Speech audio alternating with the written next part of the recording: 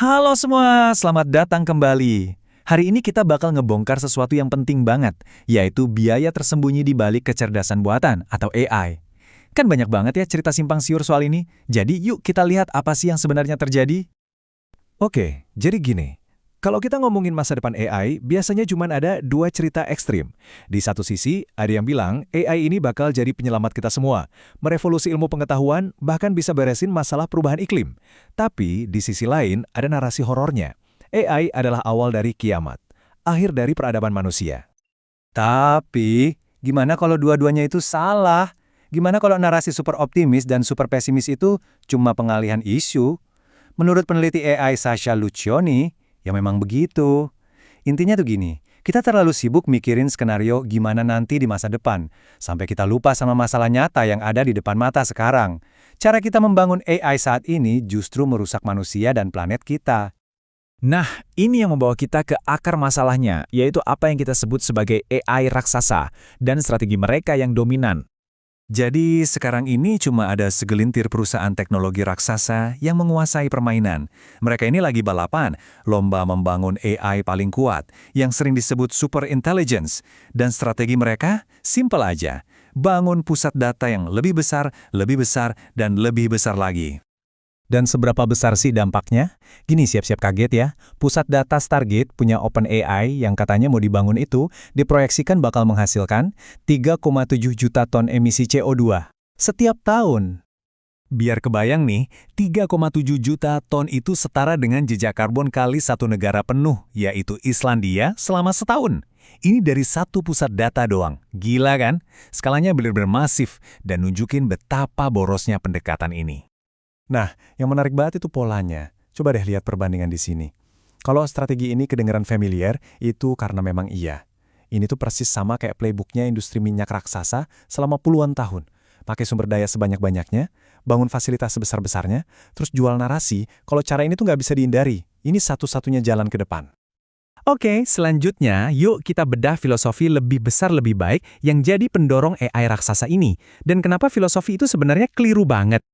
Analogi ini pas banget buat ngejelasin masalahnya. Jadi, pakai model AI raksasa buat tugas-tugas simple, kayak jawab pertanyaan dasar atau bikin lelucon, itu ibaratnya kita nyalain semua lampu di stadion GBK cuma buat nyari kunci motor. Boros banget kan? Bener-bener nggak efisien. Nah, semua ini itu didorong sama satu mentalitas. Lebih besar, lebih baik. Ini udah kayak mantra di dunia AI. Kasih data lebih banyak, pakai komputer lebih banyak, habisin energi lebih banyak, nanti hasilnya pasti lebih bagus. Model bahasa besar atau LLM kayak ChatGPT itu ya puncak dari pendekatan ini. Tapi seboros apa sih? Ada studi yang nemuin kalau untuk jawab satu pertanyaan simple aja, model AI raksasa itu bisa pakai energi 30 kali lipat lebih banyak daripada model yang lebih kecil dan spesialis. 30 kali lipat! Dan ini bukan cuma soal buang-buang energi loh, biaya yang super gede ini punya konsekuensi sosial yang serius. Kekuatan jadi terpusat di tangan segelintir perusahaan teknologi aja. Ini kayak membangun benteng yang bikin startup, akademisi, atau organisasi non-profit jadi ketinggalan jauh. Ini jelas mengancam demokrasi dalam inovasi AI. Tapi, tenang. Ada harapan. Di tengah dominasi para raksasa ini, ada sebuah revolusi diam-diam yang lagi berjalan. Yuk kita kenalan sama alternatifnya, revolusi model kecil. Inilah dia jagoannya, model bahasa kecil atau small LMS. Model-model ini ukurannya bisa ribuan kali lebih kecil dari sepupunya yang raksasa. Mereka ini membalikkan total naskah lebih besar lebih baik dan ngebuktiin kalau kita bisa dapat performa yang sama bagusnya, bahkan lebih baik, dengan sumber daya yang jauh-jauh lebih sedikit. Tabel ini ngejelasin perbedaannya dengan jelas banget. LLM besar itu minum data dari seluruh internet, sementara LLM kecil pakai data pilihan yang berkualitas tinggi. LLM besar butuh pusat data yang rakus energi. LLM kecil bisa jalan di HP kamu. Intinya, ini adalah pergeseran besar dari kontrol korporat ke kekuatan di tangan pengguna. Manfaatnya? Wah, banyak banget. Karena datanya lebih bersih, model-model ini jadi lebih jarang menghasilkan misinformasi. Karena bisa jalan di perangkat lokal, privasi data kita jadi lebih aman.